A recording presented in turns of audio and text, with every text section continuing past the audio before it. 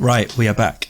It's interesting. I was thinking the other day, we had an episode a while back where I think we were talking about the best, what was it, the best music groups, the best rap groups, why they fail, things like that. We brought up, I think we were having a bit of a debate of like who was the best of this era, right?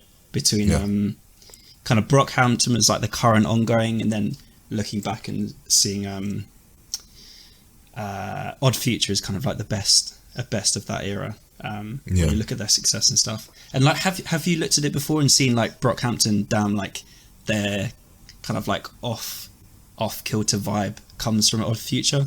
Because that's something I was thinking about today when I was listening to both of them like back to back. Oh, 100%. Yeah. I mean, I feel like go on. I'd like stupidly kind of like overlooked that, and I don't think I said it in the episode, and I don't think I've made that connection before, but it's so obvious. Yeah, it's extremely obvious. Like, the fact that they're fucking massive collective with more members than you can count. Again, they just feel like they're rebels to society. Also around the same age when Odd Future started. They rap, they sing, they produce. Oh my gosh, sounds like Odd Future. Some of the members are way more talented than the others. A couple of them are, on the spectrum. Like, it's literally like a like for like, I think the only difference is I don't think there's any women in Brockhampton. Yeah, it's literally a like for like in terms of their mannerisms, how they act. Like, I think that was quite a clear one to me. Oh, well, over my head. Yeah, I think if you saw another influence that Brockhampton had, maybe you would say like a little bit of Wu-Tang, a little bit of Death Grips. Yeah. But that's it, really. That kind of makes sense. Yeah. But it's overwhelmingly Odd Future. But go on, you had a point to make. No, that was it. I mean, I've shown myself up to have not made that connection before. But no, it's kind of, I had a bit of a Brockhampton / Odd Future couple of days. But yeah, obviously, in case you haven't guessed it, today is Tyler the Creator Day. Kind of talking about his new album, but yeah, I guess he's been on form not just this year. He's been on form for many years. Many years in a row now. That's the best way to put it, isn't it? Yeah. And it's weird when we have conversations where we're like, if we look at like the tiers of rap, who's in the upper, like that just stratosphere, and then who's in A, B, C tier. But like, I feel like Tyler's one of those names that really does get left out a lot. And we've talked about this, but then when you look at it, you're like, damn, that's a three-peat of Flower Boy, IGOR, and now he's just dropped this new album again. You can't miss him out at all. Absolutely not. I think for sure, if you look at his work over the past 5 years, even in features as well, I don't know why people act like, because I was watching a Dead End Hip Hop video, and they were like, oh, the only thing we need from Tyler is for him to kill more features. Did you not hear him on fucking Alfredo last year? He fucking murdered that shit. Like, what are you talking about? Yeah. Like, he's around. He's on fucking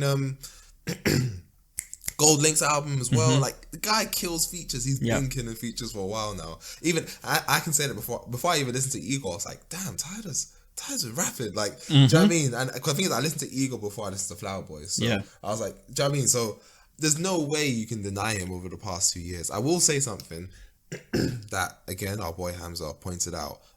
He said that basically when it comes to Tyler, don't know what's going on, but anyways, when it comes to Tyler, that people need to stop retconning his career because he's good, because he's been good for the past 5 years. People are acting like, he was always this amazing, and the people who were into him from the youngest days, they always knew all along.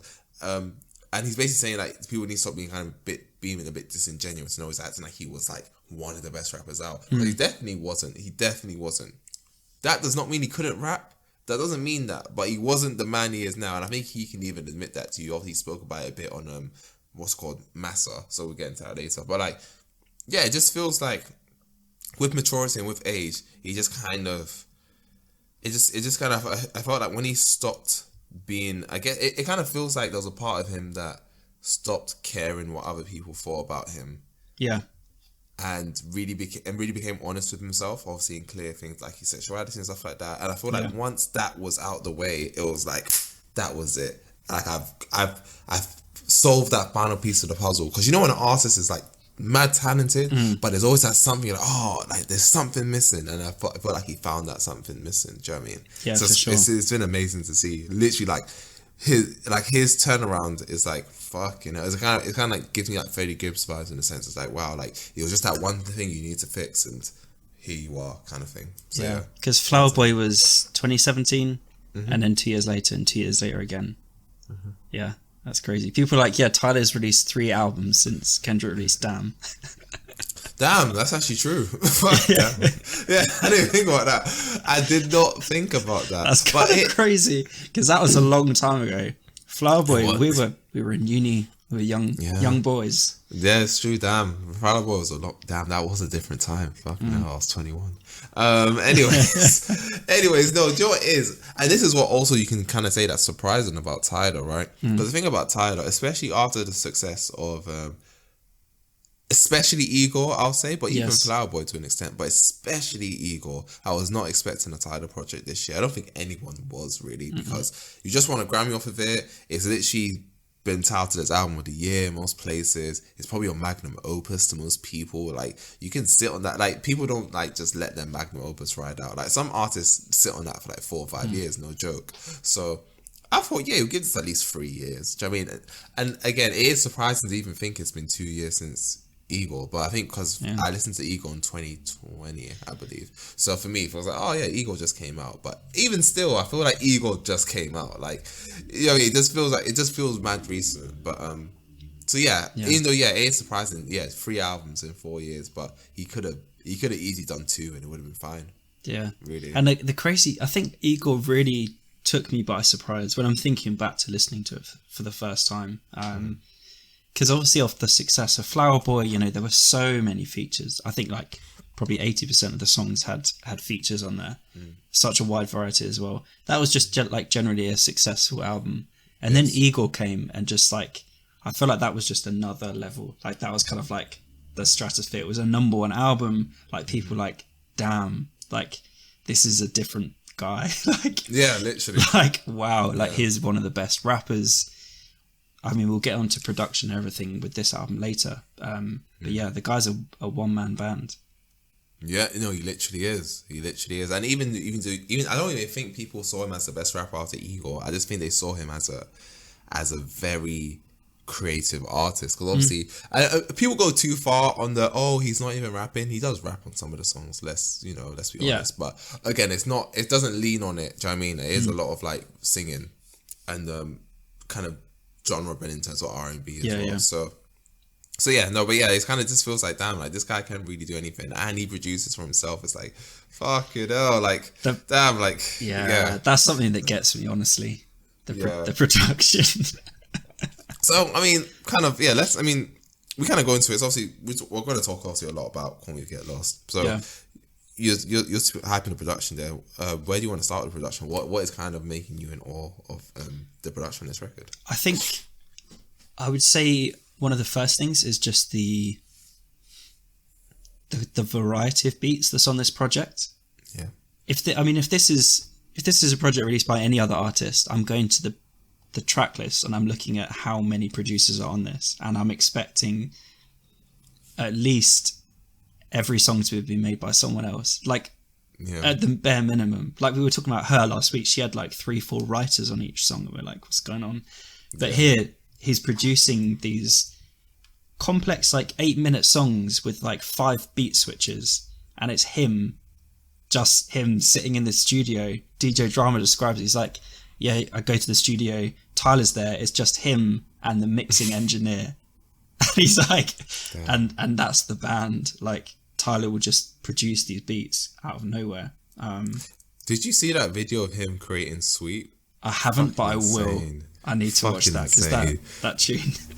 Yeah, like obviously, like the thing with Tyler, that's the thing. Like I've known Tyler to produce. It's not a surprise to me that he's produced, because I've known him to produce.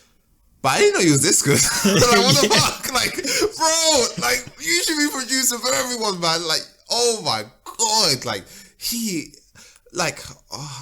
I think it gives me mad.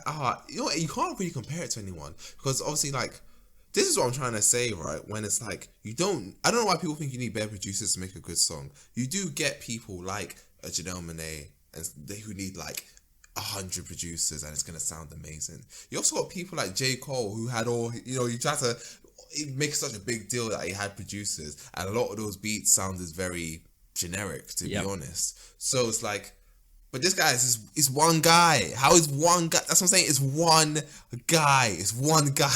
Yeah. Like, what the fuck? Like, it's one guy. Same way Inflow is one guy. Like, sometimes it's like, if you're a good producer, you're a good producer. I feel like having more than one producer is more of a choice of the artist and not the producer. Yeah. That's how I feel. Yeah. I feel like an artist kind of takes a song a producer's made and it's like, oh, can you add something to this? Yeah. No, two producers come together and like, oh, I'm going to produce this part, and that doesn't happen. You don't get Alchemist calling up like Madlib and like a few other guys like, I don't feel like the track's complete. Can you help? Yeah, exactly. That just doesn't happen. Like, it's normally just a one-man person thing. But obviously, Tyler shows that you can easily do that. Easily do that. So if you look at the track list, now, I think it's only 2 songs that he's co-producing. I think the first one is a sample of a Griselda track, isn't it? So I think he still produced it. He produced it, but he produced everything. He co-produced he produced one song with Jamie XX. Yes. Was it Run It Up? It was on the second half of the album. Yeah, and he produced Safari with Jay Versace. Yeah. But everything else is him. Everything else is him. Oh my gosh, that is insane. So yeah, as far as like production insane. Chops, crazy. Really, I mean, the guy's doing like bossa nova tracks with DJ Drama like shouting in the background and like Tyler just going off. Yeah. I mean, let's get into that. What did you think of the addition of DJ Drama? Because obviously a lot of people, I guess, who aren't familiar with the mixtape era of hip hop. Obviously, hip hop's kind of gone more popular over the years. But if you're just a fan of like Lil Wayne and Meek Mill, DJ Drama is no surprise to you. Absolutely but not. It did seem like there wasn't a lot of crossover between those fans, which makes sense, and Tyler the Creator fans. But a lot of them were like not a fan of this. But what did you think of it? I thought it was cool. I thought it was really cool. I'll say this because I think Tyler's he said for DJ. I mean, the DJ Drama did an interview. I can't remember whether it was with NME or who it was with. But he was saying Tyler's wanted to have like his own like Gangsta Girls mixtape for like the past decade or so, but it was just like never the right time. So yeah, he kind of like approached DJ Drama and was like, I've got this idea. And obviously, again, for people that don't know, Gangsta Girls mixtape was, kind of in the late, I'd say like mid to late 2000s, wasn't it? Kind of started to like I'd say like 2010, 11, 12, right up until like Nipsey Hussle's mixtapes, right? So that takes us back to, the days of Dat Piff, or if you're me, that wasn't that long ago.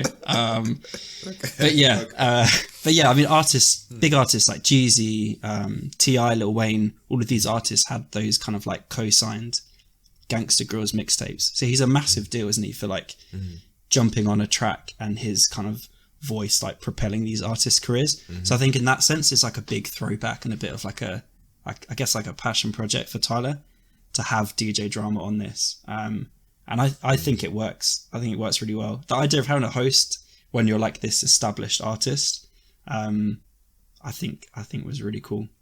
Yeah, no, for sure. It kind of reminds me of when Kid Capri was all over Kendrick Lamar's Damn. I don't think I like that one as much as this one. Fair enough, but I think the reason why I think it works so well on this album is because of 2 things. One, because the album feels like a mixtape in general, so it's something that kind of ties all the songs together anyways. And 2, because I feel like he controlled 3 reasons now. Because I feel like he controlled DJ Drama, like he's not just letting him literally just talk shit. Do you know what I mean? Like, it does feel like he has some sort of like cues, okay, kind of talk about this and this and the other, do you know what I mean? Or be funny here, like, so it kind of makes sense. And then I think the last one is, what was I going to say? Yeah, so basically, because there's times in the album where if you didn't have him there, the momentum of the song or the momentum of the transitions to the song would just be gone.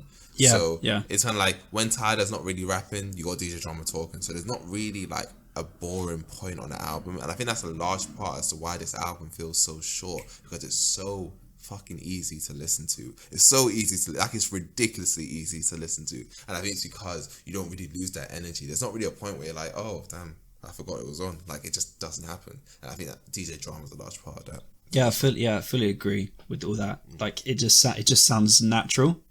And I think when I first saw the track list, I was like, damn, that is a lot of tracks. That is a long album, especially after IGOR, which was, I think, just under 40 minutes, right? Yeah.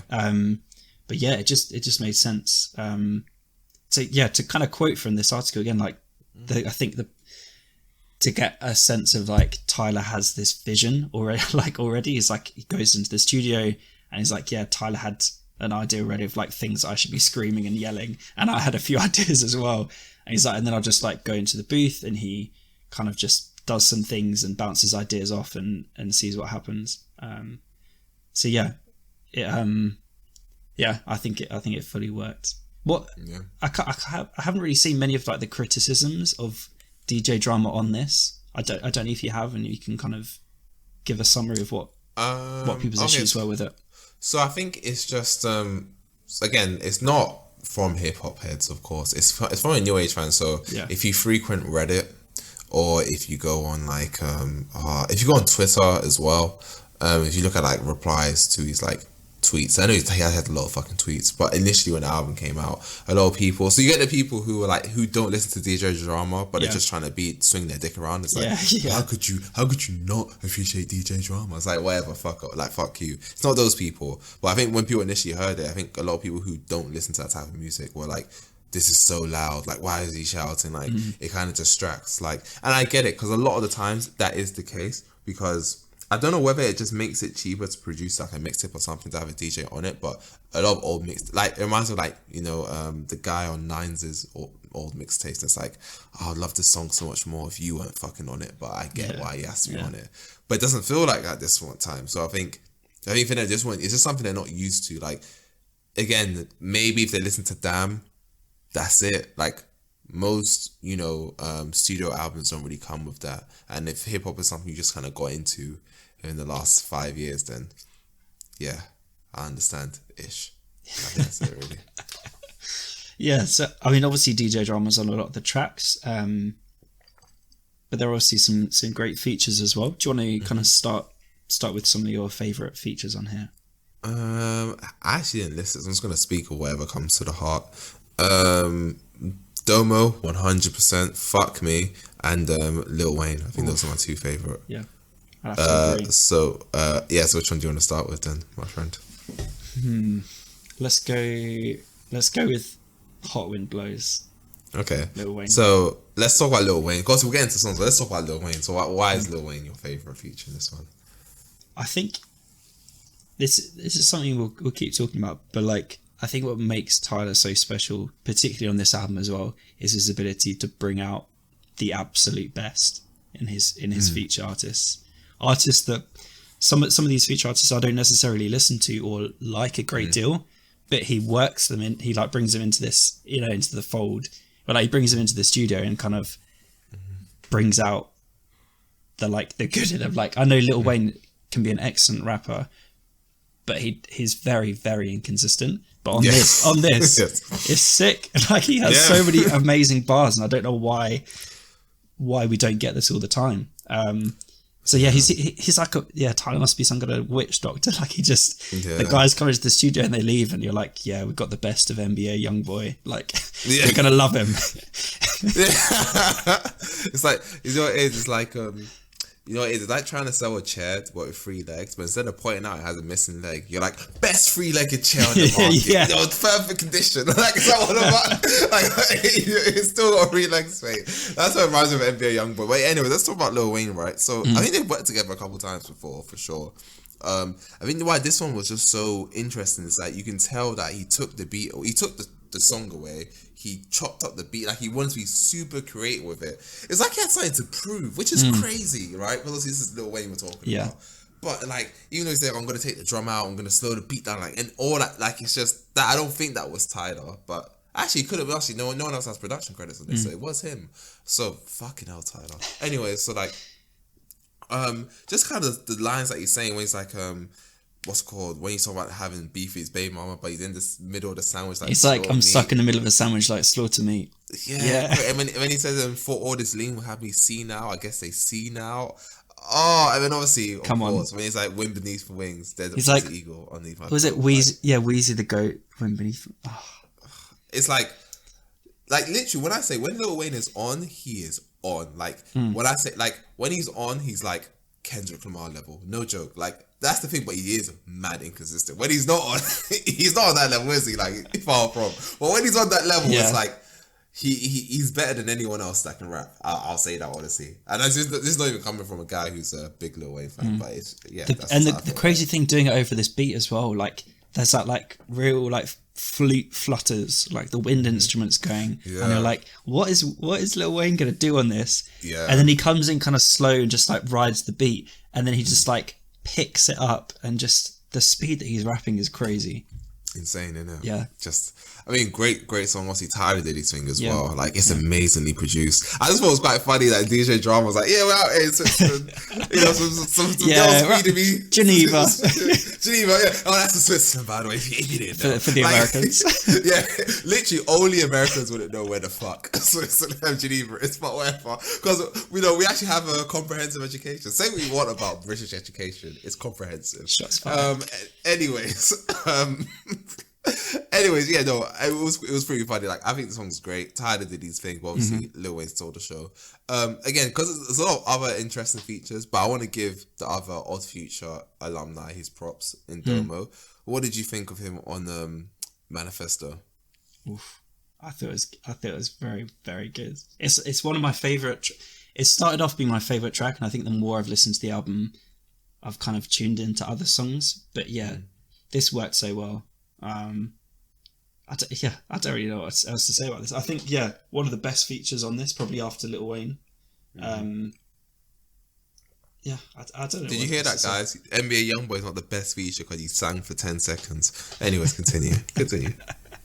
No, that's it. I haven't really got anything else to say about this song. It's just good, works. isn't it? Like, every time I hear this guy on a song, he's one of those guys where it's like, when I hear him, I'm like, yeah, man, you're sick.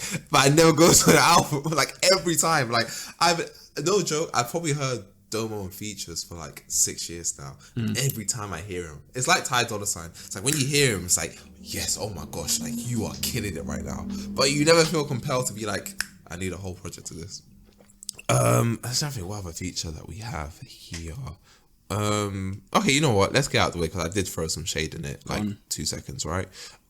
So let's talk about What's Your Name. So obviously, as you know, guys, if you kind of tuned into our reviews, we kind of start anywhere and we let the random forest lead us home. So let's start with What's Your Name. I'll kick off with this one. You know what it is? I do think someone pointed this out. It was just some random woman on Twitter, and I thought it was so fucking funny. I never actually deeped it. He's like, "How do you start off a song saying, oh, you look malnourished?" Like, that is actually really fucking funny, isn't it? That is super hilarious. And then every time he says it, it's like, oh, that is actually a bad way to approach a woman, but whatever. But yeah, the beat is great. Like, again, it kind of gives like a little 90s feel to it. Yeah, real 90s R&B. Again, NBA Youngboy, he was good. He was good. Like, I'm not gonna lie, I've never heard him like that. Yeah, it's cool. It's a good song, but I think people did too much. It's not like NBA Youngboy is some amazing artist. Like, he's all right. Let me not say he's not shit, but it's not like he's some upper echelon because he, Tyler made him focus for 10 seconds. Like, a broken clock is right twice a day. That's what I'll say on that one. What do you think of the song? I like the song. Yeah, I think. I mean, obviously, one of the narrative running through the song is like Tyler just flitting around Europe. Private jets and. Oh, he's in Cannes and now he's having caviar in the Riviera or something. But yeah, I enjoy just like the simple lines that are just like funny. It's just like, let's get some bread, fry the egg yolk and drown it in syrup. Was it you pick a spot, I pick a tail number and we can be tourists. Let's go to Cannes and watch a couple indie movies that you never heard of. Yeah, I don't know. I just enjoy the playful stuff that he's doing as well. Where he's like going from like the serious like braggadocio to then, you know, he's just enjoying life on a little road trip. Infatuated with some lady that he's just met. Actually, you know, let's even discuss the theme a little bit of this record. So obviously, like, that's the thing. We should have mentioned this a bit earlier, but like, obviously, it's called "Call Me If You Get Lost," and the way I saw it, I feel like it's one of those really smart titles, and I do like the whole thing he's done with the "Call Me If You Get Lost" because it kind of it's like a meme of like, you know, when like there's like a skit and then the camera's cut off, it's like, we'll be right back. It kind of reminds you of that, like, Call Me If You Get Lost. Like, you kind of watch the music videos, but like, it feels like he's basically saying, like, you know, when you're out there kind of finding yourself and you're on these travels, like, if you need help on this journey, call me. That's what I kind of got from it. But then if you look song wise, it's all over the fucking place. Do you know what I mean? And I feel like that's also a thing as well. Like, it feels like every time you hear the Call Me If You Get Lost, it's like you're going into a different type of soundscape. And again, like you said, the countries. So it kind of allows it to be this loose concept whilst being a concept. It's like a loose concept in a sense. So what did you think of that of the theme? It's kind of how you picked up, or what did you kind of pick up from it? Yeah, I think similar. Yeah. I mean, obviously, it's a lockdown album again, another one. So you think so? What is in? Yeah. So I mean, like why? I guess one thought I have was like, why the theme of like travel and escape and like flitting around the world at a time when no one can go. Well, obviously the elite can't they? Oh yeah. But when most of us are stuck at home and can't travel and can't experience all of these different things, I guess that was one thing I thought about. Maybe that kind of influenced it. Okay, fair. I didn't think about that. Because it is, I like, why suddenly now do an album about like traveling the world? Yeah, no, that's fair. Actually, I had no idea about that actually. But what do you think of the other narrative that we haven't really touched on? So it feels like it's complete like transposition of what was going on in IGOR, right? So in IGOR, he's this guy who's trying to be in a relationship with this guy, and this guy is cheating on his girl with him, and now it feels like he's on the other foot. Like he is getting the girl to cheat on her man with him. Like it's interesting that he's kind of done this. Like, did you feel like it was a consistent theme throughout the album track listing, or did you feel like it's just like you wanted to kind of get off his chest?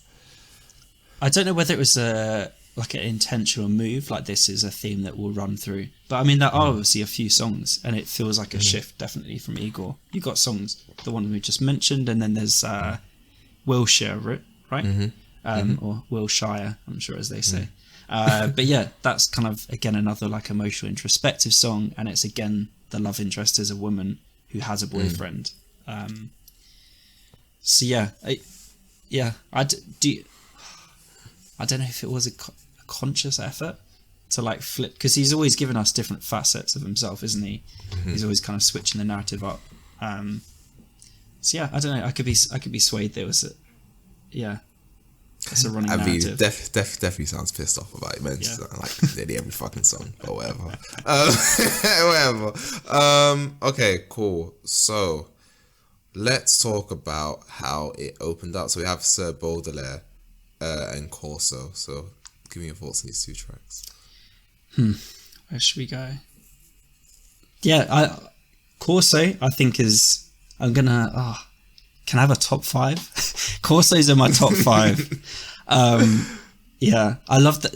Like you're saying earlier, DJ Drama, I think this is one of the songs where he kind of excels in like pushing Tyler along. Like he's obviously the hype man, and he's the introducer, he's the narrator. It's like Tyler flips around Europe, right?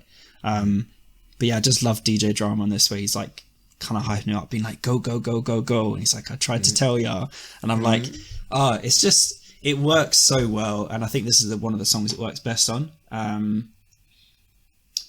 Yeah, in terms of the first song, I'm trying to think It's very chilled. It's very like understanding. It starts off very laid back. I think he's just kind of talking about like, maybe he said something like, that's the thing. It's true. There's not a lot of like big lines. Where I think he's just kind of like looking back on his like career. I mean, he's just like, that's another mansion on that USB or something like that. Do you know what I mean? I looked up Baudelaire. I think it's named after someone called, was it Chris? Well, I might be wrong, but there's a poet that's called Baudelaire, and he was also a traveler. So he's a poet and a traveler. So I think that again ties into the theme, right? Yeah. But I thought it was chill. I thought it going into CORSO, obviously CORSO, I think probably one of my favorite singles of the year so far. No doubt about that.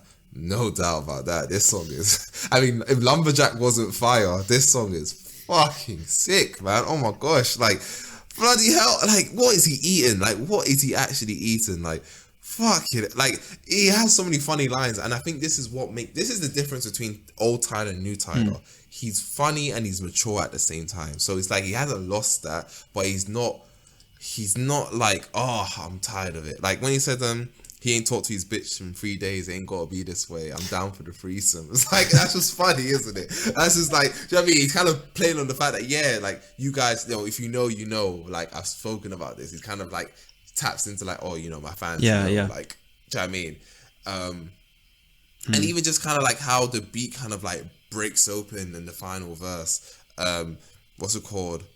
When he's like, I bought a new like car because what's it called, about his emotions, and a new boat because I'm crying the ocean. Like, yeah, it's just like, he's just, man, like, one thing about Tyler as well, his pen game overall, I think that's what I'm trying to say. His pen game has gone through the roof, like fuck, like, yeah.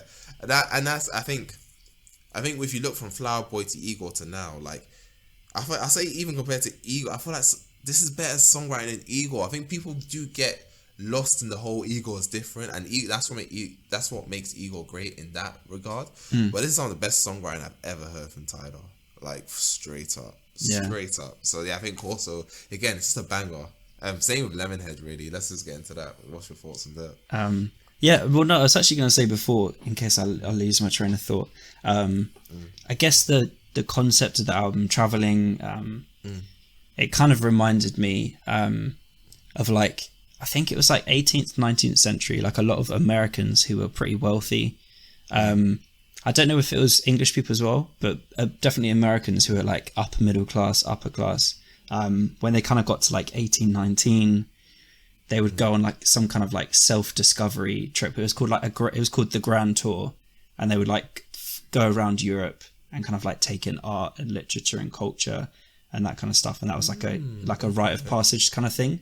I remember learning about it at uni, and yeah, it just kind of like came to mind when I was like thinking about Tyler and saw the kind of, you know, that music video he teased just in the week that he released the album of him on the train, just like looking opulent and kind of like traveling by train. And he talks about buying art on this album as well. So yeah, interesting. Yeah. So it kind of came to mind. Yeah. I don't know if there's a link there, but yeah, it was definitely, perhaps. It sounds very strong. Sounds like it was a very strong link there. Yeah. Fair enough. Fair it is. But yeah, it was the Grand Tour is also what the Amazon Prime show, the Grand Tour, the car one. That's why they named it the Grand Tour. Oh, right. Okay, I didn't know after that idea as well. But yeah, just something to think about in terms of like that narrative. But yeah, what song do you want to hit next? Lemonhead. Yeah, we can touch Lemonhead. Yeah, 42 Doug. Yeah, me and them in a little bit last week, but yeah. I mean, he was cool. Yeah, I thought the beat was good. I think he fit the beat really well. Yeah, it was just another banger. It was just, I'm not a massive fan of 42 Doug at all. Like his sound and delivery, it's not for me. But again, this is just a testament to Tyler's like ability to bring artists in. Artists you have like very like disparate sounds. Like 42 Doug has a sound, you know what you're getting with him, but yeah, it works, and I enjoy the song, and it's crazy. The beat fully works for him.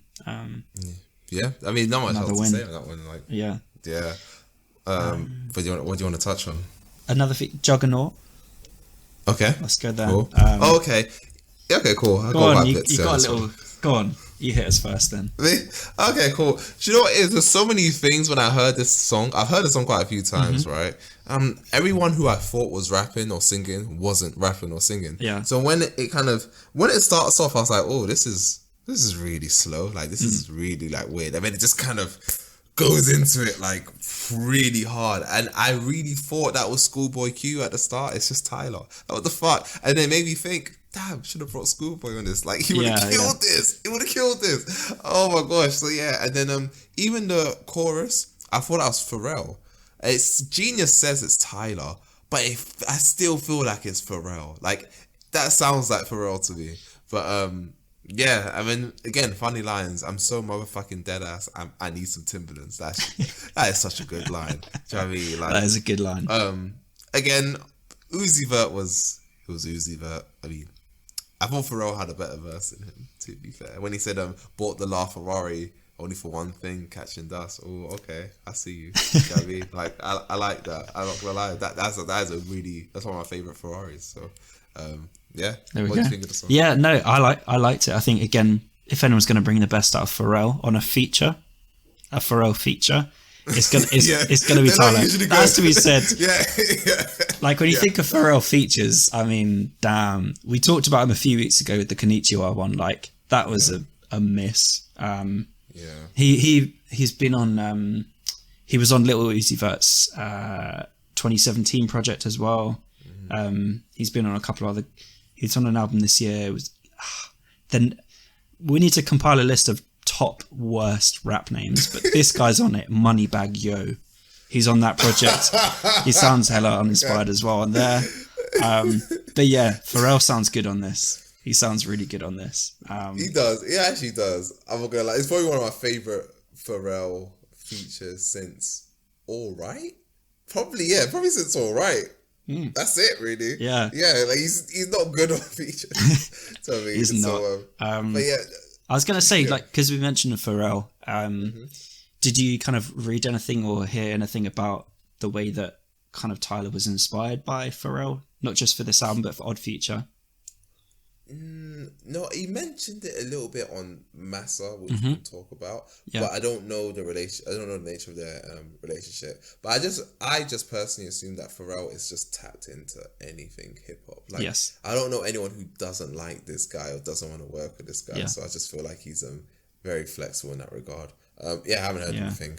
No, yeah, really. Definitely. I think so. I remember Tyler wrote kind of like an open letter kind of thing to Pharrell back in 2016. I think it was just before Plowboy, being like, it was like a quite emotional thing. He was saying how, you know, Pharrell really inspired him specifically with like creating Odd Future.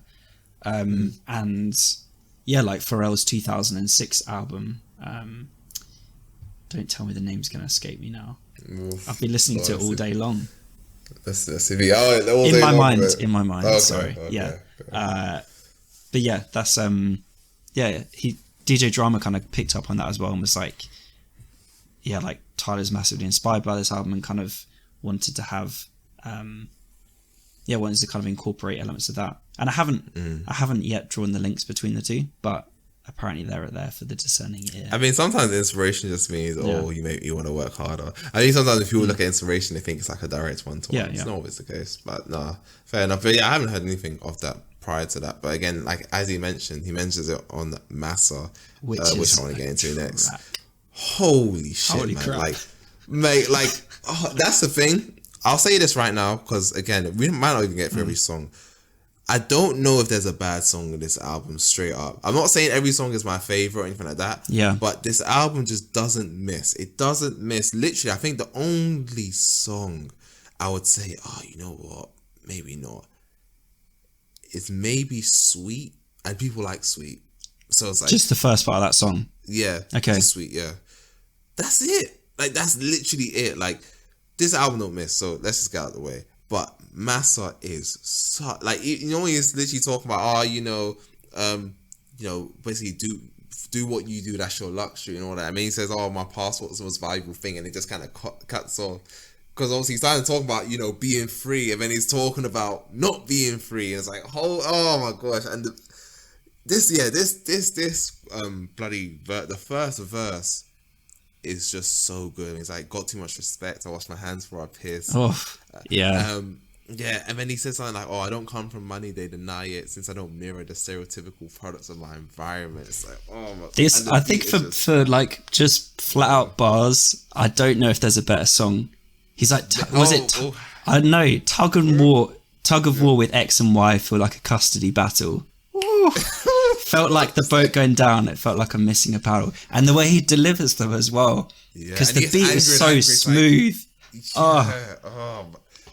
No, honestly, songs like this, I'm like, man, like, it makes you think, were you wrong? Or I know, for a little bit, you do think, shit, was I wrong? Like, what the hell is this guy? Like, I mean, he's talking about, basically like about finding love, and you know, like basically I don't know if it's for him or all these friends that got a little bit chubby, you know, and what's it called, the passion to like make money dried out when their nose was running because he started doing drugs and stuff like that. It's like just that perspective. It's like shit, like I really don't know what it is, but like fuck me, man. And this is one of those songs I'm like, okay, yeah, I'm sold. This when I got to this song, I was like, yeah, I'm sold. He said, what is it? Everybody that I ever loved had to be loved in the shadows.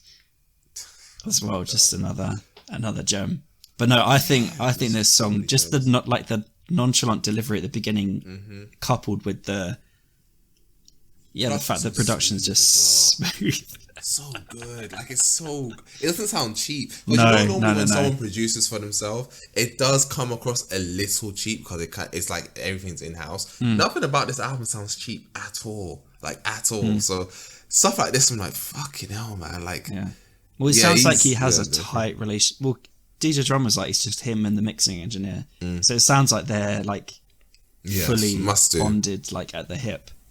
If Tyler's like the ideas guy and the mixing engineer's like, I can make it happen, or like I'll like bring out the Yeah, fair. That tug of war with X and Y is one of my favorite lines. That is a crazy line, isn't it? That is so profound. That is literally that is like. And the thing about Tyler, right, and I noticed this as well, like some of the lyrics he has here, some of them are so good, a lot of rappers would use like beat breaks, so like you would hear the lines. He doesn't do that at all. He would just say it as if he just didn't say that shit. And it's like, I think that's what kind of adds to his aesthetic. He's like, because he is a bit of a joker, but then he'll say something serious and it's like, if you miss it, you miss it, but he said it. And he does that so much throughout this record. Let's head back to Manifesto a little bit, and you talked about it because you said lyrically Massa's the best song, right?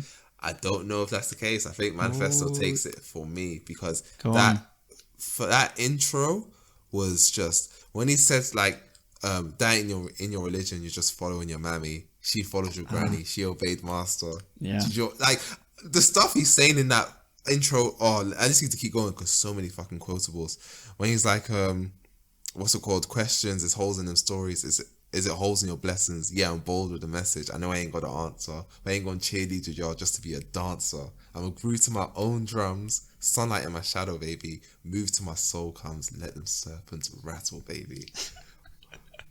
That's the best. That's the best verse on the album. Sorry, straight up, that is like. And then also kind of the second verse kind of talking about like, he's talking about what's it called, he donated to charity and got him a necklace, but depending on what you saw, he's a coon, but like, is he doing enough? Is he not doing enough? It's like perfect. Sorry, fuck me, just to quote a couple more from this. I'm not. I mean, I love Massa, but like, he's like, I'm tapping the matrix. I'm back, and they hated. I'm black, and make them pay me capital statements. Fuck. It's just the delivery as well. I can't say it enough. Yeah, I can't. That's what I'm saying. I don't. It's just one. It's like a. I don't know if it's a shock factor or if it's good or if it's both. Where it's like, man, like your lyrics are so potent, and I don't know if people are picking up on this in the same way because obviously the songs do sound nice, but it's like. Manifesto, he was saying some shit. Like he was saying some shit. Like even in the intro where like he's kind of taking a piss out, like someone saying, "Oh, you need to talk about this." You need to say something. Yeah. You need to say something. It's like, yeah, but why do you need to say something? And I feel like he kind of, again, I think that's why it's called Manifesto. He's addressed that whole thing about, and I get it. And I always say it's a struggle. I think I've even written about this, like the struggle of the black celebrity. It's like, yeah, I just want to be like, you know, a person doing my craft. I want to enjoy that. But then I'm told I need to be like the savior of all my people. It's like, what the fuck? Like, I didn't know this was going to be my responsibility. And I feel like he addressed, and the song's not even that long. And he says a lot in the song. He does. So, damn. Fucking banger. This is my favorite song. Like this song is honestly Domo on the verse. Like, can't beat this one for me in it. So yeah, you can take us to the next track. Fair. Whichever one you're gonna go to. I'm trying to think where to go next. So we mentioned Sweet, that's maybe one of the songs you could miss. But on the second half of that, we have I Thought You Wanted to Dance. And as one of the like 7 minute plus tracks, this following track, which is the following Mama 8 minute Talk. track. Wilshire, sorry. Like that is just a banger in itself. Like he just doesn't stop. But yeah, with this, the beat switches on here are crazy. Like the song just keeps evolving and keeps evolving. One guy. And yeah, the transition from Sweet into I Thought You Wanted to Dance. Like there are a couple of like small changes where you kind of like something's happening here. Yes. But it's so smooth, and I'm gonna like use this like analogy, and this is not to like downplay how good it is, but it's like you're just like walking through a lobby, or like you're taking the lift up to the next floor. Yes. And then you like pop your head out, and you're like, oh, this is so nice. Like, oh, a bit, chill music, and then DJ Drama's there out of nowhere. It's like for the Sunseekers, like just there with the megaphone. But yeah, oh man, it works so well. So well. It works really like. The Latin one thing I will say as well of that second part of the song.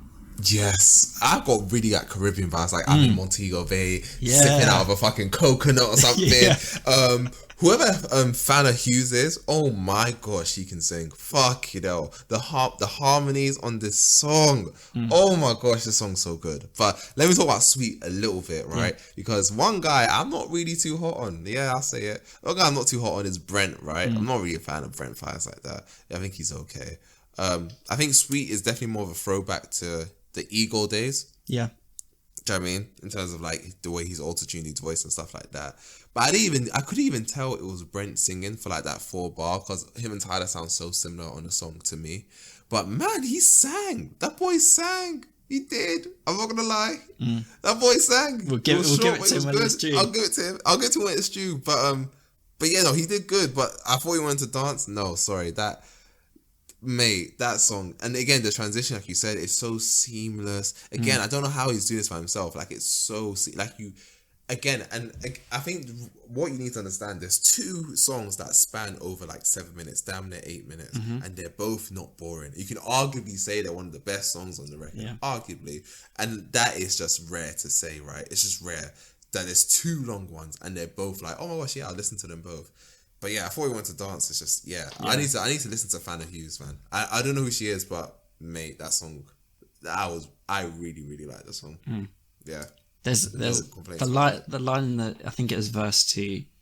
Andy raps at the end of it. Yeah. I don't want that. I don't want. What's he say? He says, "I'd tear that ass up like something was stole. I'd make them glass globes roll back to your skull." Yeah. And you know what, even that, because we even forgot the fucking message of the song. So obviously he's talking about a woman who's sweet in the first part, and then obviously he feels a bit led on, like, and I was like saying, oh, I thought you wanted to dance, like I thought this is what you wanted, but now you're telling me you're gonna go back to your boyfriend. I thought this is kind of I thought we knew the vibes here. Do you know what I mean? Like, what's going on? And again, it doesn't sound like that's the vibe, but it's like again, it feels like a dance. But that's what I'm saying. Like, I think he's so clever. Like, he wants it to sound like a dance. He wants it to sound like, oh, I'm lost in this kind of thing. Like, he even said like he feels like he can't stop himself from falling. Like, that's how the transition starts. So like he can tell he's in love, and it's like it's so blissful, but it's like he knows shit. Damn, it's not really going the way I want to. But oh man, yeah. Call Tyler if you get lost. Call him if you get lost. Call him. I was gonna throw that in randomly because he does it. So let's keep going. What else? I don't know where else to go. I feel like the outro Safari feels like a bit of a victory lap for me. Like the looped trumpets. I mean, DJ Drama is obviously narrating once again. It feels like a. Maybe not quite like a 90s vibe, but like the whole like properly looped instrumental, and it's not necessarily going anywhere like the other tracks. It's not evolving, let's say. I think that was fair. I think it was a nice outro track. Not my favourite song, but I enjoyed it. It's a good outro. Yeah. It reminds me a lot, like, and I wrote this down. For some reason, every time I hear it, I hear MF Doom, Rhinestone Cowboy. That is a tune. Yeah. That's one of my favourite beats on the album. Yeah, that is a fucking banger, mate, if you haven't heard it. Fucking sick. But yeah, every time I hear it, I'm like, this gives me, obviously they're all of Odd Future fans at MF2, but this, for some reason, every time I hear this song, that's the song I hear. I don't know why, but I get that connection. Like, it just reminds me of it quite a lot. But yeah. Really good song. The way that double time rapping he's doing as well with a high pitched voice, it's like, oh, okay, the guy's just putting out.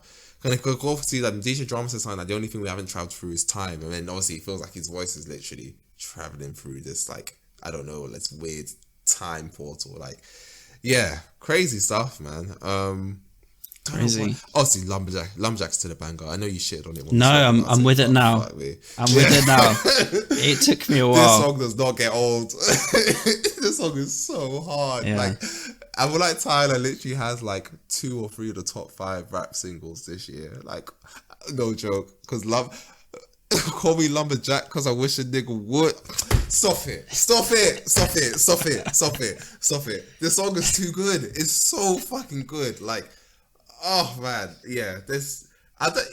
You know what, Tyler, shout out to you, because now you've set the bar for yourself. Like, you can't drop anything shit now. Like, people put him in that bracket. Like, anything you do now after this is anticipated, especially from me. Like, because how long is this record? 53, 57? Yeah, it's 50. It's in I think it was like 50. I'm gonna say 56 minutes. How long is it? 52. 52. Does not feel like it. I've heard albums that are 40, 35 minutes long that sound longer than this. Like, I don't get it, man. I don't know what he's done. It's crack. It has to be crack, because some of these songs are way too catchy. It just, from top to bottom, yeah. And I never thought I'd say this. Not this year anyways. But yeah, I think this is the album to beat, man. I don't lay down the gauntlet. Really say. Yeah. What else can you really say? I've said all I need to say about this album. I thought, okay, one quick thing. I thought the skit with his mum was fucking hilarious. That was very funny. That was very funny. But yeah, this is the one to beat.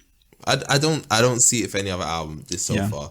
I think some big players have to come out. Yeah, I was going to say, I think what clinches it as well for me is the self-production. It's not necessary. You don't need it to have.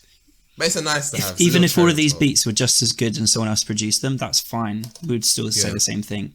But like that's what clinches it for me, is that, damn, like, this is all his vision and he did it. Executed fucking well, man. Gosh, it just feels like wild. Odd Future are literally like the Dragon Balls and Dragon Ball Z. And it's like they were like, when it's only when you separated them that they were like, you know, like they got better. Like, I don't know what happened. Like, because obviously L Sweatshirt was a good producer as well. Like, he did I Don't Like Shit, I Don't Go Outside. Obviously, I don't know how much Frank Ocean produces, but I know he's a musician. He's alright.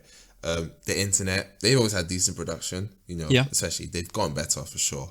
So it's like, damn, like, but Tyler, man, like, fuck, man, that's what he even said. He had an Instagram live when he's like, 10 years and people are still counting them out. It's like, he'd been doing this for 10 years. And it's like, if you count them out now, then it's like, damn, like, I don't know what you like, because, I mean, it feels like you can really do it all, man. Like, I have to commend him, because this is like a victory like that didn't need to happen. It didn't need to happen, and it's here, and it's dominating. It's just dominating. I can't lie. Like, I really, really like this album. Yeah. And I would just, and I think it's not just a whole objective thing of, this song and lyrics. Like, no, it's just, as a body, such a fun I'm not skipping it. I've listened, like you're saying at the beginning, right? It's 52 minutes and it's just a breeze to listen to. Yeah, every time. Literally every time. I've listened to this album like damn near every day since it came out. Not because I want to, not because we're doing this review, because it's like, no, not because I want to, not because I have to, it's because, just like, oh yeah, let me slap on that. It might be a vinyl buy. It might be a vinyl buy. I'll say that. It has to there be. haven't been many projects this year that I've thought about, but it might be. Yeah, no, literally, because, man, so, yeah, guys, this is the one to beat. I don't know what to say. This is this is a good strong one, because this year it's been like a lot of like decent but not amazing, but this is like don't have any complaints. I think until this I was thinking Brockhampton had it, but no, this is next level. The consistency across it is insane, isn't it? Mad. Fucking insane. Like you said, before Pen Game. Second to none here. Whew. Yeah. He never gets outshined too much on a song. Maybe Lil Wayne. That's it if you want to take that. But yeah, never gets. But I mean, if you're getting outshone with those verses, then that's I'll take that. I'll take that. I mean, literally like one of the best verses of the year, but whatever. So yeah, that's it really. Yeah, that's check the album out. Check it out, man. Yeah, fucking banger. Yeah, you know where to find us. Obviously, Twitter, like we said earlier, TVC Pod, Instagram at Vinyl Collective Pods. This episode, obviously, wherever you're listening to us, you can also find it on all of the other platforms. We're on YouTube, Spotify, Apple Music, Google Podcasts, if you're that way inclined. Yeah. And obviously, as we do every single week, we have our Now and Then playlist. We pick a song from the last couple of years, and then we also throw it back with a song from 5, 10, 15, 20 years ago. So I'm gonna hit us off with... It can't not be put on there. I'm sorry if you also wanted to put the Sims song on there, but there's no way we're going. There's no way we're doing this episode and not putting it on there. So yeah, Little Sims, I Love You, I Hate You is my now song, and then my throwback song is from Pharrell's 2006 album. It's called Best Friend, and the funkiness of this beat is just something else. Like Pharrell when he's in his bag, like producing. It's something else. Something else. This album, I would encourage you and anyone at home just to go back and listen to it again, just for a lesson in production. It's crazy. Okay, cool. I'll start my Ven song. My Ven song is Black Sheep by Mick Jenkins. Fire mixtape, by the way. The Waters, check that out. So Black Sheep.